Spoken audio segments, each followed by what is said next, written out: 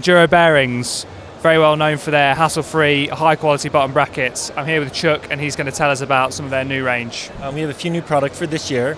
The first of our products is a bearing removal tool. So we have this unit here. It is modular because when you put it together, let's say you have a small bearing and you don't want to use a lot of force to remove the bearing. You can just put this short shaft, and then the slide hammer can only exert a certain amount of force. Now let's say you have a much bigger bearing in your bottom bracket or in a very stubborn pair of wheels. You can just lengthen it, and then the slide hammer has that extra length to increase the force. We did a bunch of other things to it, such as we relieved the stainless here to make it lighter. I used to travel a lot to various events, and I was always conscious of trying to keep my tool case under 50 pounds to get it into luggage without paying for it. And so we're really conscious of making our tools lightweight. The handles are aluminum. It's stainless steel where it has to be, where the strength is needed. And even these collets are full stainless steel, and they come with a whole assortment to fit all bearing sizes.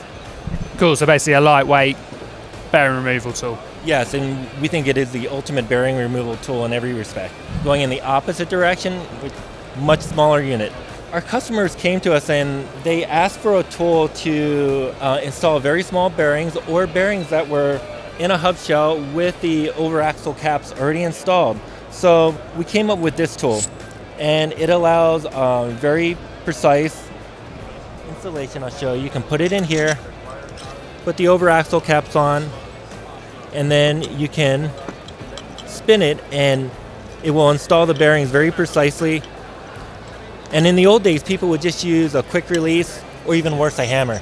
So this takes care of the smaller bearing. Another nice feature is we put a little clutch mechanism in, so that way when you spin it off, it doesn't fly anywhere. And so you can do the job very quickly without having to worry about your tools flying apart. So basically, you got some really high-end hubs. That'd be a great tool for working on them. Yes, exactly. So the next thing is also a hub-based product. DT already makes a tool to service their hubs, and we just wanted to improve on it slightly. First of all, we have the Ratchet removal tool, and this is made out of stainless steel, very high precision. This is actually made in the US. It's made in California. And then you can either use a 1/2-inch ratchet or use a vise.